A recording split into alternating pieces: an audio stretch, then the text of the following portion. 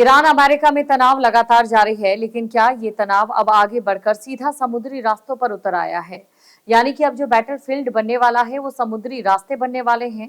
और जब भी हॉर्मुज ऑफ स्ट्रेट की अगर हम बात करते हैं, वहां पर जिस प्रकार का असर देखने को मिला उसने पूरी दुनिया को झकझोर कर रख दिया। तेल की कीमतें आसमान छूने लगी तो ईंधन की कमी भी होने लगी।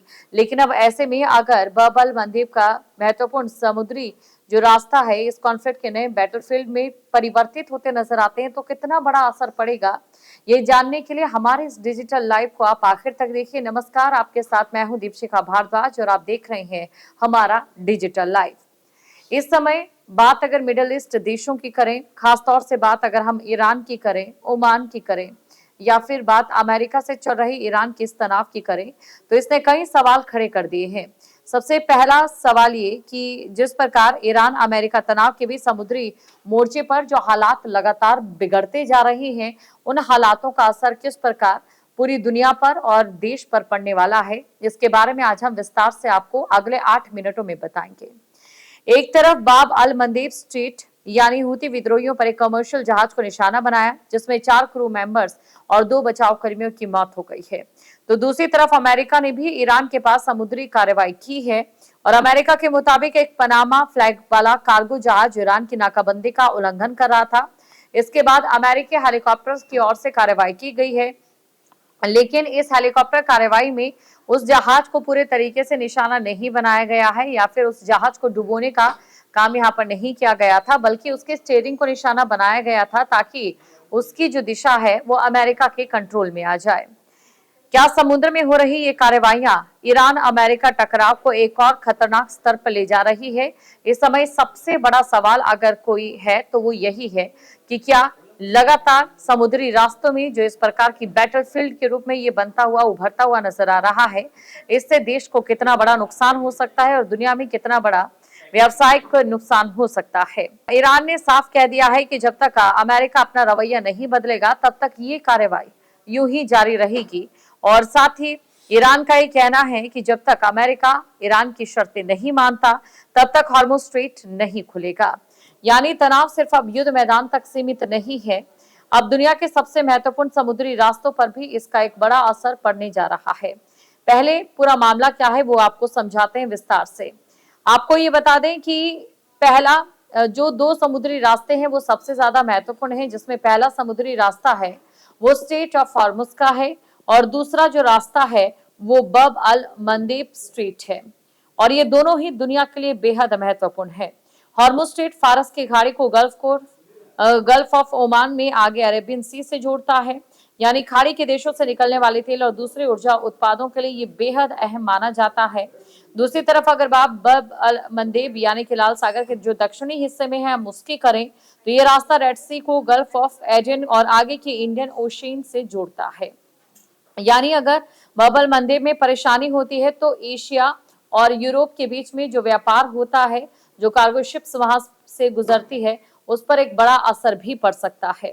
और इसी के साथ इस समय चिंता इसलिए और भी ज्यादा बढ़ जाती है कि एक तरफ हॉर्मुज को लेकर ईरान अमेरिका आमने सामने है, बब अल मंदेब में हूती हमले ने हालात को और भी गंभीर बना कर रख दिया है। रिपोर्ट के मुताबिक एक कमर्शियल कार्गो जहाज तिमनाह को निशाना बनाया गया है और यह हमला यमन के पास बब अल मंदेब इलाके में हुआ है, जिसमें 4 क्रू मेंबर्स मारे गए हैं।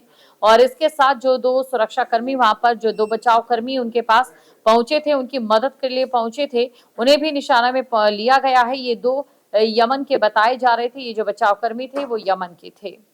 कुल मिलाकर इस हमले में 6 लोगों की मौत हो गई है और कई लोग घायल भी बताए जा रहे हैं।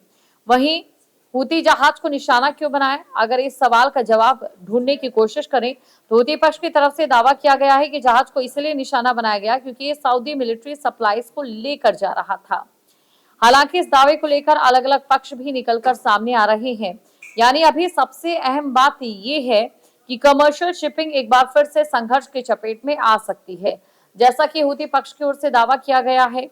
क्योंकि जब किसी इलाके में सैन्य संघर्ष होता है तो ये सैन्य संघर्ष सिर्फ और सिर्फ सेनाओं तक सीमित नहीं रहता है, इसका सीधा असर उस देश तक सीमित नहीं रहता है, बल्कि व्यापक तौर पर देखा जाए तो बाकी देशों में जहां पर व्यापार किया जाता है वहां पर भी पड़ता नजर आता है। अब सबसे दूसरी बड़ी घटना पर आते हैं। जो दूसरी सबसे बड़ी घटना है, अमेरिका की ओर से कार्रवाई की गई है।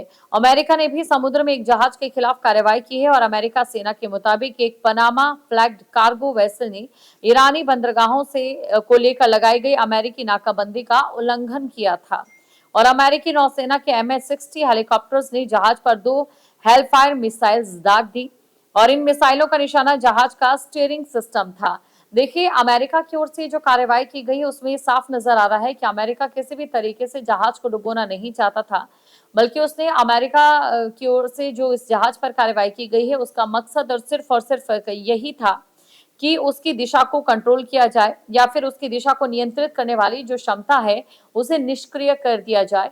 इसीलिए यहाँ पर हेलफायर मिसाइल का इस्तेमाल किया जाता है।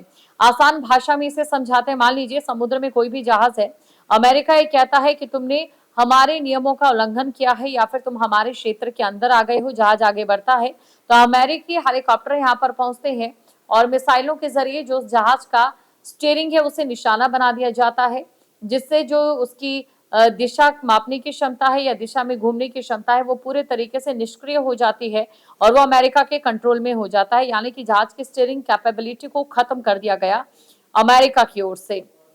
लेकिन कहानी यहीं खत्म नहीं होती है। सबसे बड़ा बयान ईरान की तरफ से आया है। ईरान ने हार्मुज स्ट्रेट को लेकर अपना रुख और सख्त दिखा दिया है। उसका ये साफ कहना है कि जब तक अमेरिका ईरान की शर्तों को नहीं मानता है तब तक हार्मुज स्ट्रेट यूं ही रहेगा। और इसी के साथ ईरान के वरिष्ठ सुरक्षा अधिकारी मोहसिन रिजाई ने कहा है कि अब तक अमेरिका ने अपना व्यवहार नहीं बदला और ईरान की शर्तों को स्वीकार नहीं किया, इसलिए शिपिंग के लिए हार्मुज ऑफ स्ट्रेट को खोला नहीं जाएगा। यानी ईरान सीधे तौर पर अमेरिका पर दबाव बना रहा है और वहीं अमेरिका की ओर से भी उनके जो अधिकार क्षेत्र में है उस पर दबाव बनाया जा रहा है। अब यहाँ सबसे जो जरूरी बात है वो समझनी इसलिए जरूरी हो जाती है क्योंकि ये दोनों ही दुनिया के सबसे महत्वपूर्ण स्ट्रेट है। ऐसे में एनर्जी चेक पॉइंट्स की अगर हम बात करें तो ये दोनों दुनिया के सबसे महत्वपूर्ण एनर्जी चेक पॉइंट्स में से भी एक है। यानी कि एक ऐसा संकरा समुद्री रास्ता है जहां पर बड़ी मात्रा में तेल और एनर्जी की सप्लाई की जाती है, आवाजाही होती है, तो इसका सीधा असर सिर्फ ईरान या फिर अमेरिका पर नहीं पड़ेगा, तेल की कीमतों पर, शिपिंग कॉस्ट पर और साथ ही इंश्योरेंस कॉस्ट पर भी पड़ेगा और जाहिर तौर पर आगे चलकर दुनिया के दूसरे देशों की इकोनॉमी पर भी पूरे तरीके से इसका असर पड़ता नजर आएगा। अब भारत के लिए इसका क्या मतलब है ये जानना भी यहाँ पर जरूरी है। भारत पर इसका क्या असर होगा? भारत मिडिल ईस्ट में बड़ी मात्रा में क्रूड ऑयल जो है वो इंपोर्ट करता है और ऐसे में अगर गल्फ रीजन में मैरीटाइम ट्रैफिक बाधित होता है तो सबसे पहली चिंता जो रहेगी वो ये रहेगी कि ऑयल सप्लाई और ट्रांसपोर्टेशन की जो कॉस्ट है वो जाहिर तौर पर बढ़ जाएगी। अगर जहाजों को सामान्य रास्ते के बजाय दूसरा रास्ता चुनना पड़ता है तो ये जो रास्ता है वो बेहद लंबा है। ऐसे में जो कॉस्ट है वो और भी ज्यादा आएगी और साथ ही जो ईंधन है उसका खर्च भी बढ़ेगा, इंश्योरेंस प्रीमियम है वो भी महंगा हो जाएगा और साथ ही साथ ट्रांसपोर्टेशन कॉस्ट बढ़ने का असर सीधा सीधा आम जनता पर आएगा। इसलिए भारत के लिए ये सिर्फ ईरान और अमेरिका की खबर नहीं है बल्कि ये एनर्जी सिक्योरिटी और ट्रेड सिक्योरिटी से जुड़ा ये मामला भी है। अब कुल मिलाकर जिस प्रकार से समुद्री रास्तों में ये कॉन्फ्लिक्ट देखा जा रहा है या एक बैटलफील्ड में परिवर्तित होते नजर आ रहे हैं, सिर्फ भारत ही नहीं बल्कि दुनिया के कई देशों पर इसका असर पड़ता नजर आएगा।